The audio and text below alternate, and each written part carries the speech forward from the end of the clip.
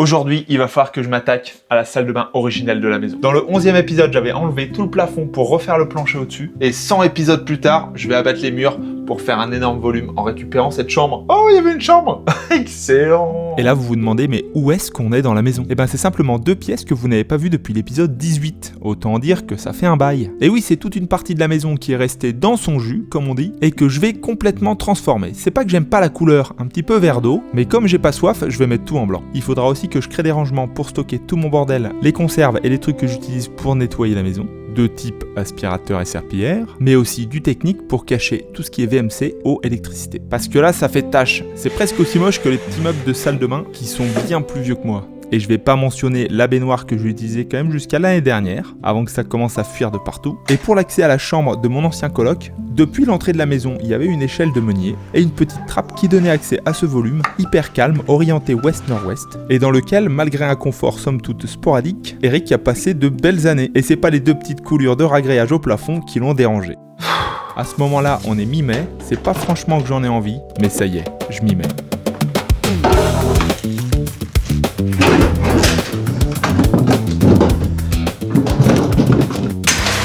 Vous vous demandez sûrement pourquoi rénover? Pourquoi faire tout ça alors qu'il y a déjà des meubles de qualité, une salle de bain, enfin je veux dire une chambre, il y a tout ce qu'il faut. Vous êtes taquin.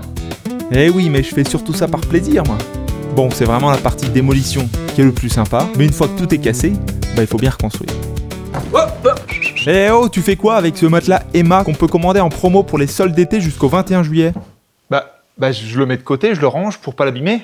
Parce que c'est pas parce qu'on est en partenariat avec Emma depuis très longtemps qu'il faut pas prendre soin du matériel. Et certes, leurs matelas sont garantis 10 ans avec 100 nuits d'essai satisfaits ou remboursés, livraison gratuite, mais ça veut pas dire qu'il faut pas en prendre soin. En plus, récemment, j'ai essayé leurs nouveaux oreillers et c'est un truc de fou comme ils sont confortables.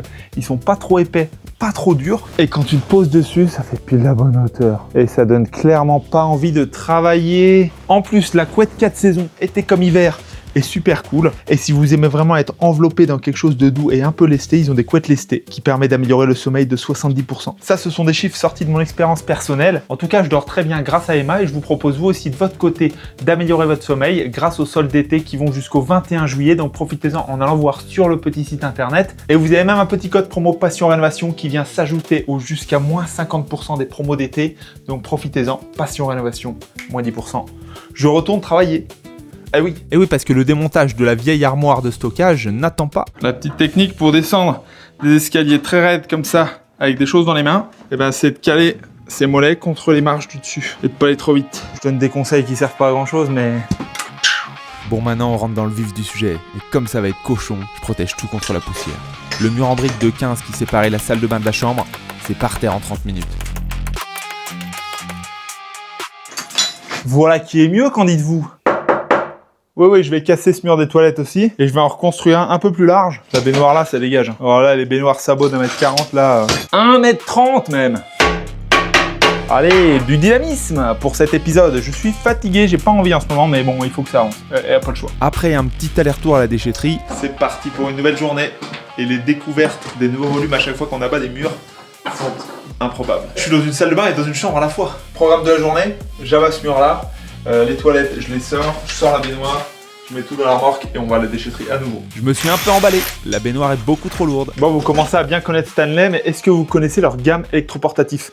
Ça, c'est le V20, batterie 6 ampères, et je peux dire que tu peux vraiment faire de bon boulot pendant longtemps. Et alors cette baignoire, avec tout ce système d'évacuation en laiton, j'ai presque envie de le réutiliser pour la prochaine. C'est vraiment du métal hacker, c'est pas juste un petit chromage avec les pièces en plastique. Pouah. Un nouvel aller-retour à la déchetterie? Allez, c'est parti! I see the ridge line move. Static in my chest. Hear that low and true. Hat rolls in the dark. Like rain on steel. I came up heavy. Now I've been there with Blueprints and mud on the edge of the pines. Black smoke in the frame. I don't need to shine. Pocket full of pressure, heart full of iron. I talk in the glare with the calm that's violence. Stone in my jaw, no sleep in my eyes. I was born with the storm and the bruise for a sky. One step, two steps, check the whole ground. If I say run it back, then the walls come down. Hold up, feel that shit. shake, I don't fold, I don't break. Hold up, count the swag, you know. Et cette petite lamelle là, ça servait à tenir une échelle qui montait avant sur la mezzanine, qui était avant un grand plancher. Cette maison a tellement changé depuis le tout début. Grenier. Et c'est pas fini. Salut Claude, je suis en train de refaire ma chambre. J'ai un plancher bois qui est avec des poutres espacées de 90 cm. Qu'est-ce que je fais? Est-ce que j'enlève tout ça? Je remets de l'OSB? Est-ce que je mets de l'OSB par-dessus? Est-ce que je coule une chape sèche? Mon problème, c'est que j'ai un plafond qui est assez bas, autour de 2,25 m, 2,30 m, avec des poutres apparentes. Donc j'aimerais garder un maximum de hauteur. OSB sur 90 cm d'anthrax, est-ce viable? Réponse directe, l'OSB seul est limite, voire insuffisant, selon l'usage. La meilleure solution serait de garder le plancher bois et de rajouter de l'OSB par-dessus. C'est fou ce qu'on peut faire avec l'intelligence artificielle de nos jours. Par contre, avant ça, il faut que je vérifie la planéité et que j'aille à la déchetterie, car la remorque est encore pleine. 2,87 m. 7,50 par 3 mètres. Ça fait 22,50 m. Ça, j'ai pas besoin de demander à Claude pour me faire un petit calcul mental de tête quand même. Les plaques d'OSB chez mon négociant matériaux font 67,5 par 2,50 m. Sachant qu'en haut, j'ai 22 mètres carrés. Combien il me faut de plaques? 13 plaques, 15 plaques en comptant les chutes. 1, 2, 3, 4, 5, 6, 7, 8, 9, 10, 12. 10, 12, on est bon. J'ai refait le calcul parce que Claude, pas ouf en fait. Faut pas lui faire confiance encore.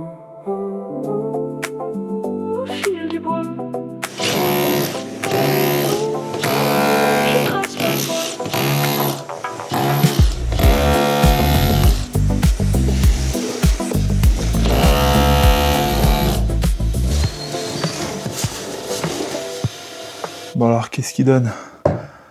Mon petit laser Stan. 5 trop bas, 1 trop haut.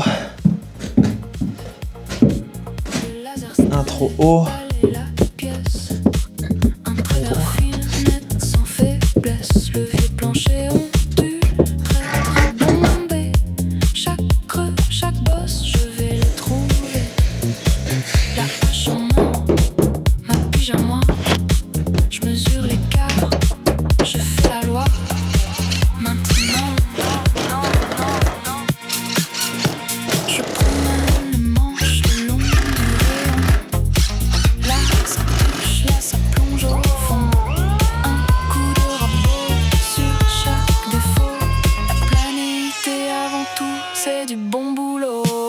Je pense que là c'est pas mal du tout. Je vais visser ça de partout, j'ai rien d'autre à faire là. J'aurai 1,5 cm de décalage de hauteur sur toute la pièce, on est sur 20 mètres carrés, 7 mètres de long. Bah, ça cracouille même pas, c'est fou ça. Je sais pas comment faire la baignoire. Il y a ma mère qui est à la maison, mais je vais pas lui demander de m'aider à descendre la baignoire, elle pèse 200 kg. Pas ma mère, la baignoire. J'ai pas envie de faire cette chambre, je sais pas pourquoi. J'ai envie de faire autre chose.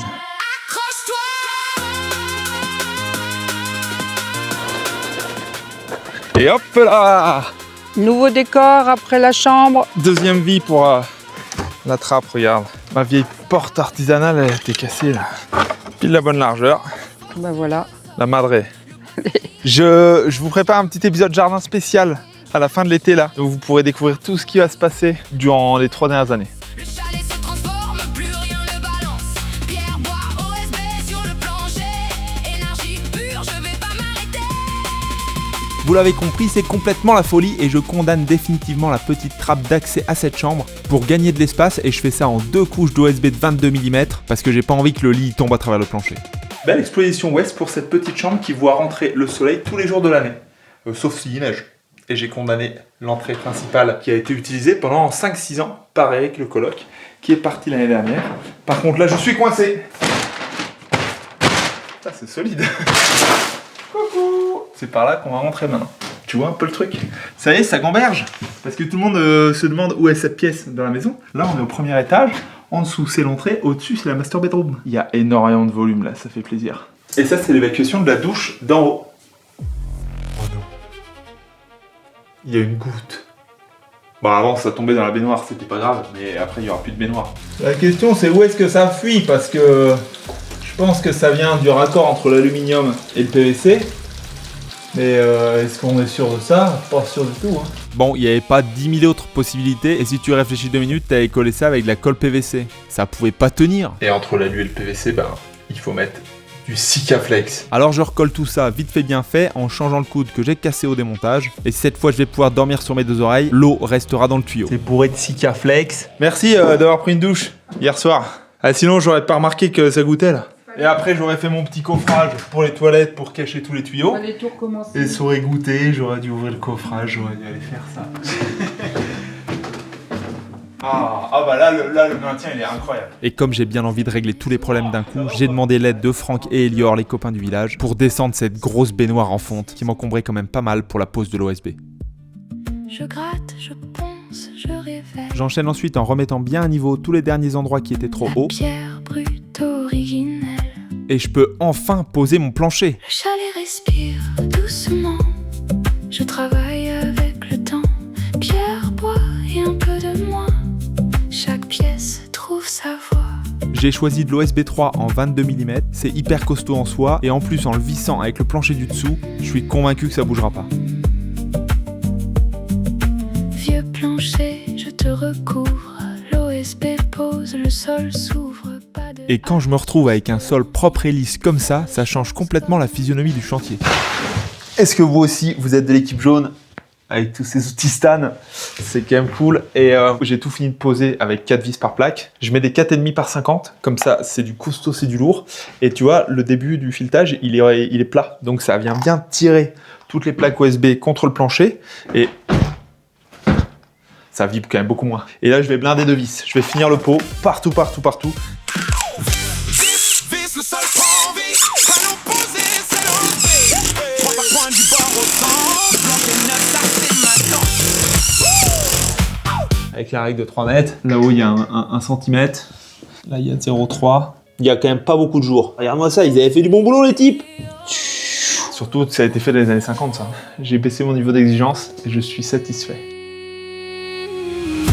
La pièce attendait depuis si longtemps. Un sol qui la tienne droit et constant. Si vous voulez voir les backstage, c'est juste là. Il y a beaucoup de matériel et pas beaucoup de courage. Et ma mère écoute de la musique en faisant du dance floor. Demain, ça part en placo, rail, et je vais essayer de comprendre ce qu'il faut faire sur les murs. Bien sûr, vas-y, je t'écoute. Qu'est-ce que je peux faire pour faire une belle finition propre? Le placo, c'est vraiment ta meilleure option. Pourquoi t'as un accent un peu québécois là? Tu m'as chopé. Non, c'est vrai que je glisse parfois sur des ouais et des tournures qui sonnent pas franchement français de France. C'est pas lui qui va me faire la plomberie en tout cas. Faut juste pas que le vent il se lève. Plus que 13. Et les 3 dernières, elles sont 2 fois plus lourdes. Ça y est, on va enfin pouvoir rentrer dans le vif du sujet. J'ai toujours vu mon père et les anciens utiliser les cordeaux à tracer, et moi j'en ai jamais eu. Alors j'étais jaloux. T'as une petite poudre que tu mets dans le réservoir du cordeau à tracer, et après en refermant facilement, ça vient marquer la petite corde.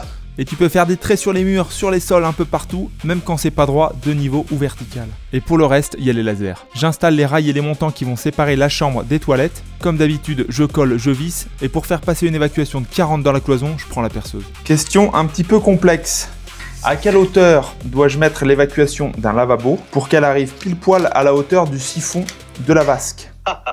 Bien vu avec le jeu de mots ski fond. Donc tu veux que l'évacuation sorte pile Quoi? à la hauteur... Attends, mais j'ai pas fait de jeu de mots ski de fond. Ah d'accord, désolé. Pour un lavabo encastré, l'évacuation doit généralement être positionnée à environ 5 à 10 cm sous le fond de la vasque. Ouais, c'est ça. Et du coup, si je mets ma vasque à 90 cm, à combien je dois mettre l'évacuation? Tu dois positionner l'évacuation à environ 80 à 85 cm. Ah mais tu comprends rien, Claude. À quel moment on met les bas de vasque à 90 cm? Ça serait beaucoup trop. C'est une critique juste. Franchement, je devrais poser plus de questions dès le départ au lieu de balancer les réponses génériques. Bon alors comment je peux te paramétrer pour que tu fasses ça directement? Honnêtement, tu ne peux pas vraiment me paramétrer directement pour ça. Mais putain, mais il sert à rien celui-là, c'est pas possible. Il continue à parler. Ouais, tu as raison, je ne sers pas vraiment à grand chose. Bon, on est d'accord sur le fait que des bons outils, c'est quand même plus utile que des mauvais conseils. L'intelligence artificielle est vraiment à l'image des humains qui l'ont entraînée. Ok. Approximative. Le petit cordeau à tracer, c'est très pratique quand on a à tracer des choses qui sont pas droites. Très bien ça. Je prépare donc toute ma petite plomberie en cuivre pour qu'elle soit cachée dans les cloisons. Verticalisation du montant effectuée. Sertissage du montant en cours. Double sertissage de la partie basse. Fini. Partie haute effectuée. Et là, on voit l'évacuation de la douche qui a été complètement refaite. Et c'est parfaitement étanche maintenant. Sertissage des deux montants ensemble. Ok. Ouah, je sais pas pourquoi je me suis mis à parler comme un robot, je me suis fait influencer par Claudio, c'est un truc de malade. En attendant, pour choisir l'ouverture de la porte des toilettes, personne pourra m'aider. Il faut que je visualise les 4 ouvertures possibles et que je prenne une décision pour celle qui est la plus optimale. Et en fin de compte, j'arrive pas vraiment à me décider, alors je me remets à la plomberie. Perçage des montants au passage des tuyaux effectué. Agrandissement des trous en cours. J'utilise ça pour faire les trous. Écoute, ça fonctionne pas mal. Et si vous vous posez la question de savoir c'est quoi la manière la plus facile de couper des tubes de cuivre, eh ben, c'est avec un coupe-tube. Une petite machine avec une molette et une roulette en dessous qui vient couper le tube en tournant autour. Il roule et il crée une petite marque sur le tube. Et en passant plusieurs fois et en resserrant la molette, et ça donne une coupe presque propre. Pour finir, il faut ébavurer en enlevant la petite languette qui s'est formée à l'intérieur du tuyau de cuivre. Parce que si on l'enlève pas, ça va faire du bruit dans les canalisations et ralentir la vitesse de propagation dans les tubes. Voilà.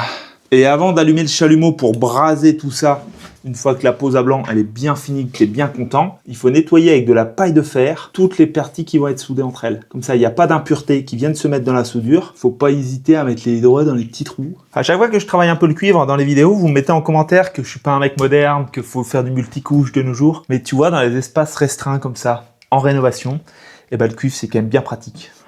Moi je resterai un ayatollah de la brasure cuivre, même si je suis en train de le faire avec un chalumeau au propane et que c'est pas non plus efficace, ça marche quand même. Moi je trouve ça beau et reposant, j'aime bien. T'enfiles des petites baguettes. Pour la brasure, il suffit de chauffer à 780 degrés les pièces et après le métal d'apport phosphore-cuivre se liquéfie et par capillarité ça rentre dans tous les petits trous pour lier les pièces entre elles. Et le gros avantage, c'est qu'une fois le cuivre chauffé, il change de propriété et devient beaucoup plus souple et malléable.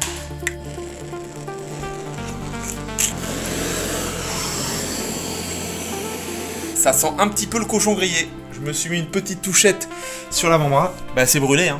C'est brûlé, mais normalement, toutes mes soudures sont bonnes. Avant de tester le circuit, je mets mes petits robinets d'arrêt avec un joint caoutchouc. Et toujours le chaud au-dessus, le froid en dessous. Comme ça, on sait où on est. Et le froid à droite et le chaud à gauche. Et la petite clé à molette Fatmax qui a le débrayage automatique. C'est vraiment pas mal. Alors ces petits joints à caoutchouc, ça sert à rien de les bourriner. Mais faut quand même serrer un peu. Et bien sûr, je fais le test de mise en eau avant de replaquer partout le placo et tout, parce que si après t'as une fuite, t'es emmerdé. Et regarde-moi ces belles soudures. Et pour la mise en eau, c'est comme en stand-up. Il faut toujours tester les vannes avant de se lancer. Là, mes vannes, elles sont fermées. On est bon. Donc je peux ouvrir les autres. Wow! J'ai dit qu'il fallait tester les vannes. Elles étaient pas fermées. Finito pour aujourd'hui. Demain, c'est un nouveau jour qui recommence. Et pour vous, c'est exactement après cette séquence de pub. Avec les nouveaux joints Quick Plomberie, la plomberie, c'est beaucoup plus rapide. Ouais, j'aurais peut-être pas dû garder ça. Hein. Et comme je suis dans le n'importe quoi, je mets de la chambre à air autour du cuivre. Encore un truc bien dans les règles de l'art, j'imagine. En attendant, ça permet de pas du tout avoir de bruit et de protéger le cuivre du métal. J'ai la motive aujourd'hui. Ça revient doucement. Et il vaut mieux être en forme pour attaquer le placo, parce que quand t'es tout seul pour les grandes plaques de 2,50 m dans les petits volumes, il faut pas se décourager quand ça a du mal à rentrer.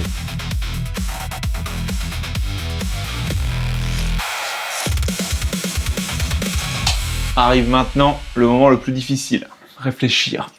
Comment je fais l'éclairage? Interrupteur, petit bandeau LED ici, éclairage indirect. On passe les câbles et les gaines dans les cloisons. Je vous éblouis de ma lampe, pas de mon talent. J'utilise toujours le même super outil de perçage qui permet d'augmenter un trou au niveau de son diamètre jusqu'à 20 mm. Et pour les gaines, j'utilise la méthode artisanale. Moi, pour mesurer les gaines électriques, j'utilise mon bras et mon épaule. 1, 2 et disons 7, 30 cm de plus pour la marge. Et là, pour un va-et-vient, j'ai besoin de 3 câbles. Ensuite, je les scotche un peu ensemble. J'y mets un peu de transil dans le trou parce que quand c'est bien lubrifié, ça glisse toujours mieux. Oh, et là, ça glisse. Parce que quand vous achetez les gaines préfilées avec les fils déjà dedans, déjà, vous pouvez pas mettre les couleurs que vous voulez. Et puis, ça coûte mine de rien un peu plus cher. Donc, autant faire ça avec des bobines. Il y a 10 ans, les bobines, elles coûtaient 15 €. De nos jours, c'est 27. Alors, je te raconte pas l'inflation. Et ouais, ça commence à être carrément du luxe de rénover sa maison. Et pour pas que le toilette soit trop petit, il faut mesurer et qu'il fasse plus d'1m30 de longueur. Un petit coup de cordeau à tracer Stanley pour être efficace, mais est-ce que ce sera assez grand pour y faire des rangements? Allez, c'est pas. Mais faut tout miser sur la confiance. Bon, les cloisons sèches en rail métallique, vous commencez à savoir y faire. Rail au sol, montants verticaux, et surtout on met pas la porte collée au mur, sinon on peut pas l'ouvrir.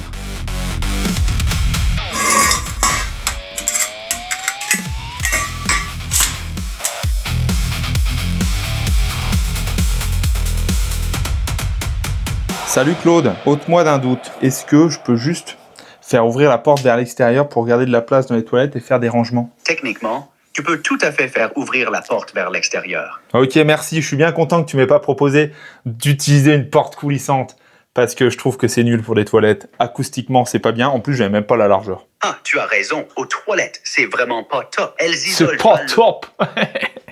Et je me fous de ta gueule, ciao. J'allais respire doucement. Je travaille avec le temps. Pierre, bois un peu de moi. Chaque pièce.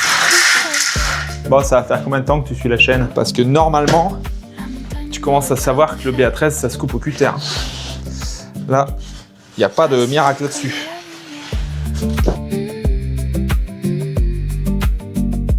Doucement. Doucement.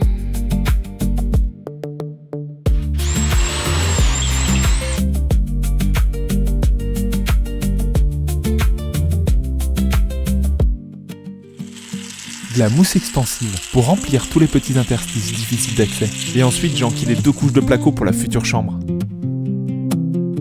Première plaque vissée, le mur prend sa forme. Deuxième par-dessus, je décale la norme. Joint croisé, jamais aligné. Double peau solide, rien ne peut trembler. C'est tout rangé, c'est tout fini. J'ai vissé la dernière plaque de plâtre pour faire ces 2 petites cloisons entre la chambre et puis les toilettes. Par contre, la suite, c'est que faut que je fasse toute la VMC. Je déroule les gaines à travers les combles. Le souffle de la maison cherche son ombre. Bouche d'extraction, l'air vicié s'en va. L'air pur des sommets entre le voilà. La maison respire, vivante, légère, maintenant. Ah, vous pouvez pas savoir comment je suis content. 6 ans après avoir installé cette VMC, j'ai enfin toutes les bouches qui aspirent. Et par exemple, dans la nouvelle salle de bain, ça y est, ça aspire dans la salle de bain. J'ai fait les connexions. Et c'est hyper important d'avoir des bouches régulées, comme ça, parce que quand tu as une VMC double flux automatique en vitesse, si tes aspirations, elles sont pas régulées à 30 mètres cubes heure, eh ben, la VMC elle tourne à fond, à fond, à fond. Et plus le débit d'air il est élevé, plus ça vient fermer. Il est l'heure de construire des caissons. Une maison à la montagne, au cœur d'un village endormi. Le soleil sur les toits, la paix dans chaque nuit. Je bâtis mon refuge, pierre, bois et lumière. Là-haut, tout là-haut, je respire l'air clair.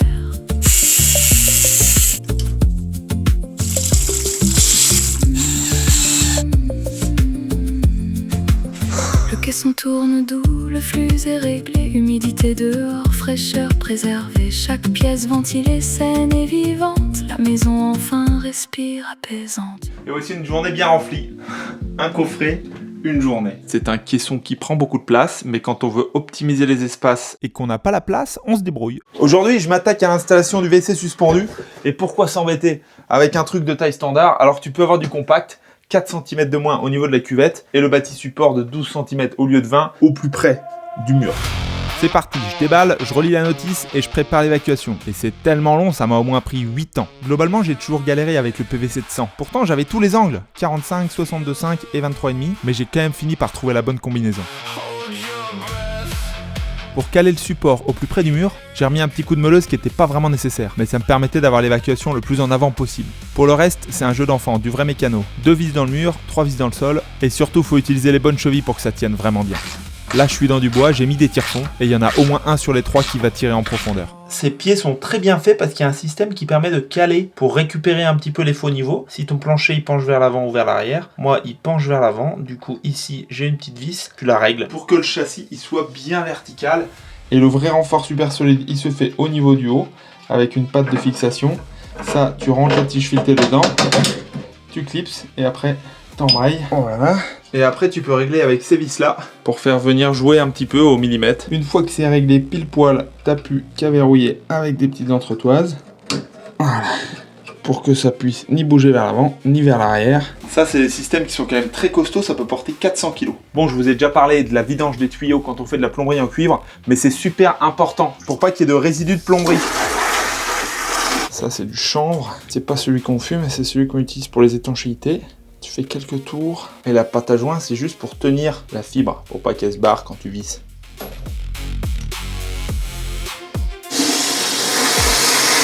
Remplissage toilette. Si ça fuit, bah faut changer le bâti support. Alors autant le faire maintenant, parce que quand il y aura le carrelage et qu'il y aura le placo partout, ce sera chiant. Wouhou! Dernière découpe de rail avec la guillotine.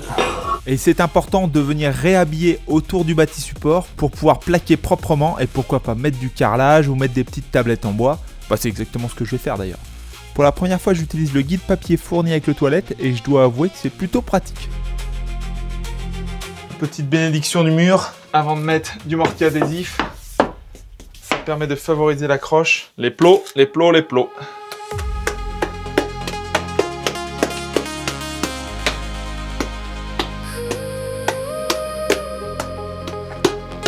Carlos. Il est magique.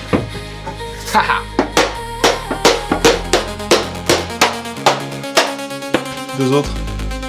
Timelapse. Vous l'avez compris, c'est du mortier adhésif et j'en ai mis trop parce que j'en avais plein le pot. Je m'attaque ensuite à une petite marche que j'avais entre la grande pièce et l'OSB de la chambre et un peu de mortier à base de sable en 0,6 fait parfaitement l'affaire. 2 coups de truelle, ça lisse, c'est propre. Je mets aussi quelques petits panneaux de laine de verre acoustique dans le caisson du toilette pour pas que ça résonne. La montagne me donne sa puissance. Ouais, ça démonte surtout pour passer les gaines électriques dans le mur et cacher tout ça de manière parfaitement invisible. Ces disques, c'est vraiment incroyable. J'ai découvert ça avec Eric le carreleur et c'est des trucs diamants qui permettent d'attaquer vraiment tout ce qui fait chier. Et ça, c'est de la peinture glycéro. Et si j'enduis là-dessus, ça va jamais tenir. Donc je mets un coup de rayure. Et en plus, avec l'aspiro, ça fait pas de poussière.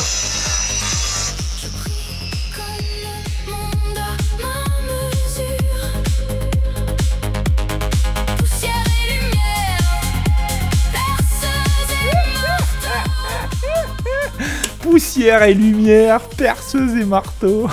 Mais qui a écrit ces paroles? Oh Claude, tu te fous de la gueule ou quoi?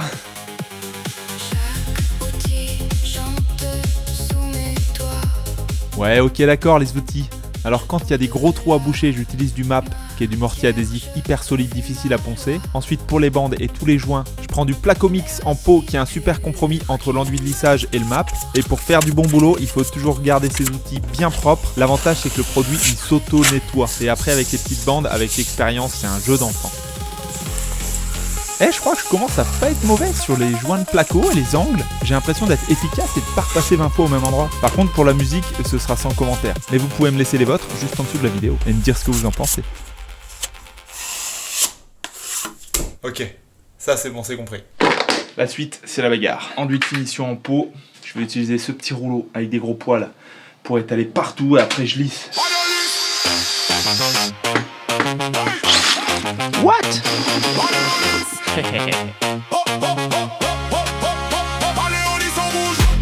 Couteau en main, l'enduit, fût ça file. Je commande l'être rapide et agile. Pas de temps mort, le mur prend forme. Lisse à blisse, c'est juste énorme. Dans les angles, mets des baguettes. Le chantier groove, rien ne s'arrête. Eh ben bravo Mickaël, t'en as foutu partout. C'est du bon boulot ça.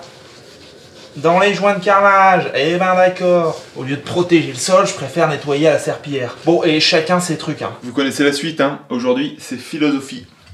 Je ponce, donc je suis. Dans les trous sous le soleil qui tape. Le chalet danse, plus rien ne m'échappe. En du ponçage, ça file à fond. Le village vibre au son de ma maison.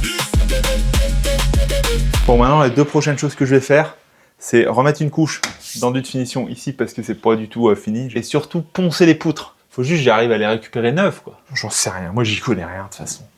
Toi t'y connais quelque chose, et moi non plus. 1, 2, allez!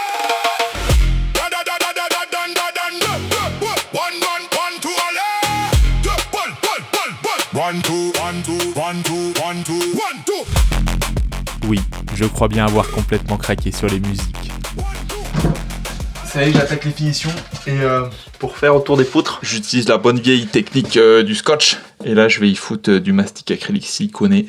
de chez Cermix, un nouveau truc que je vais... Si c'est high-tech, normalement c'est bon. Hein.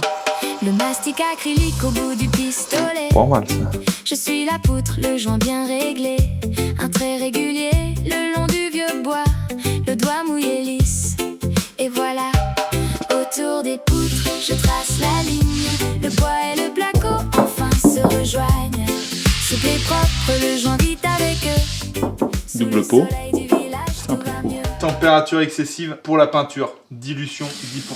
Le bois travaille, respire, bouge un peu. L'acrylique suit, souple, c'est mieux. Plus de fissures entre l'ancien et le neuf. Une finition nette, comme un vœu autour des poutres. Liquidos. Le bois et le Parfait. placo Ouh, ça enfin fait se bien. rejoignent. Sous le soleil du village, tout va mieux. J'aime bien. Moi j'aime bien la peinture. Tout va mieux. Moi j'aime bien la peinture, ça me détend. Pinceau, rouleau. On prend son temps, ça prend 3 heures, mais c'est pas grave. Et ben 2 couches de peinture après, ça commence à ressembler à quelque chose de pas mal. Par contre, je me demande si la note de désolidarisation, faut que je la fasse continuer aussi sur le petit bout de béton. Salut Claude, je vais carreler sur un plancher OSB. Est-ce que je mets la note de désolidarisation sur les deux ou pas? Plancher USB avec une pente sur le béton et du plat sur le bois, c'est ça? Plancher OSB, parce que USB c'est pas trop ça. Plancher USB, d'accord. Non, OSB, comme un O comme Olivier. Pour la bande de désolidarisation, je dirais que tu la mets en continu sur les deux surfaces, béton et OSB. Ça devrait rouler. Ça va rouler. Merci pour tes conseils. Je fais ça tout de suite. Et je me mets au travail parce que c'est pas toi qui vas le faire le boulot. Ah, c'est vrai. En fait, ça servait à rien de demander à Claude. Il suffisait de lire la notice sur la boîte. Avec Cermiface, j'ai même pas besoin de primaire. Allez, double dose. Pouah, parfait, mais c'est parfait ça. Alors la natte de désolidarisation c'est obligatoire si on veut carreler sur un plancher en bois. Ça permet de créer une couche flexible qui va absorber tous les mouvements en complément des nouvelles colles à carrelage qui absorbent aussi. C'est pour ça qu'on les appelle les flex, les Coliflex, les Cermiflex. Et c'est parti pour le carlitage.